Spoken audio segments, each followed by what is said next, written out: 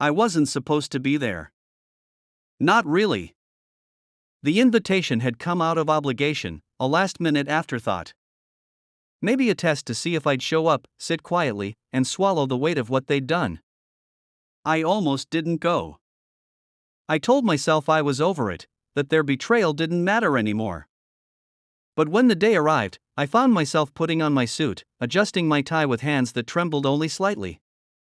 And now, here I was sitting in the back row, watching my ex-wife marry my best friend.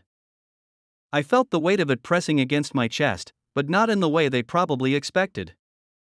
Not in the way she assumed I would. I wasn't here to break, to crumble under the weight of some unspoken loss. I was here for something else entirely. The ceremony unfolded like a scene from a movie's soft music, whispered vows, that sickeningly perfect moment when they gazed into each other's eyes, pretending their love had been born out of something pure. But I knew better. I saw the way she avoided looking in my direction. The way he held himself just a little too stiffly, like he was bracing for something. Maybe he thought I'd cause a scene, that I'd yell or throw a punch. That wasn't my style. Instead, I sat. I waited. And when the officiant said the words, "If anyone here has any reason why these two should not be wed, speak now or forever hold your peace," I stood. The room fell silent. Every head turned toward me. A few people gasped.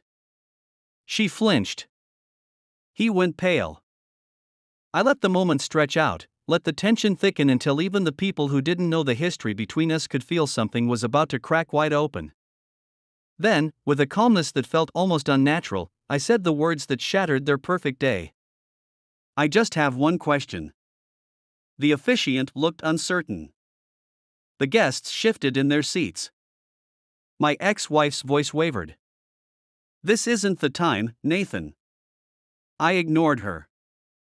Looked straight at him instead. "Tell me, Ryan, does she still call out my name in her sleep?" Silence. His jaw tightened. Her face drained of color. And just like that, the facade collapsed. I hadn't intended to do this, not originally.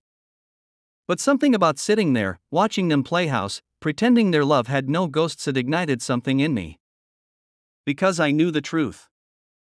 I knew the late-night text she'd sent when she thought he was asleep. The drunken messages filled with regret. I knew the way she hesitated when she thought no one was watching, how she lingered on memories she pretended she didn't still crave. And Ryan, he knew it too. That was the thing about betrayal. It didn't just happen and disappear. It lingered. It festered. You don't steal your best friend's wife and then sleep soundly at night. I watched as realization swept across the room, as whispers spread like wildfire. Someone in the crowd coughed, a nervous, awkward sound. My ex-wife, no. His wife reached for his hand, desperate to steady the moment before it crashed around them. "Ryan, don't." But he pulled away. His eyes, dark and unreadable, flicked between me and her, between the past and the future he thought he could rewrite. She reached for him again.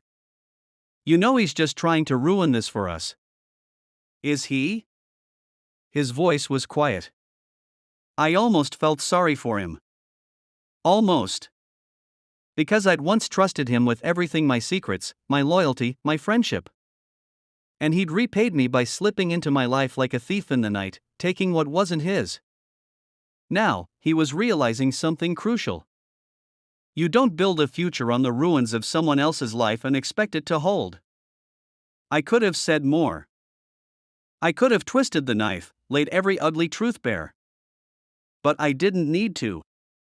The damage was done. I turned, buttoned my jacket, and walked down the aisle with slow, steady steps. I could feel the weight of their stares, the judgment, the confusion, the slow realization unraveling through the crowd. By the time I reached the doors, I heard the first cracks in their perfect day. Ryan's voice, low and sharp, "Is it true?" Her reply, too quiet for me to catch. And then gasps. The murmur of voices rising, the unraveling of a day meant to be flawless. I stepped outside, the cool air hitting me like a shock. For the first time in a long time, I breathed. Deeply. Fully. I didn't feel regret. I didn't feel sorrow. I felt free. Because the truth had been a weight I carried alone for too long, and now it was theirs to bear. And as I walked away, leaving their wedding in ruins behind me, I realized something else. I hadn't lost anything worth keeping.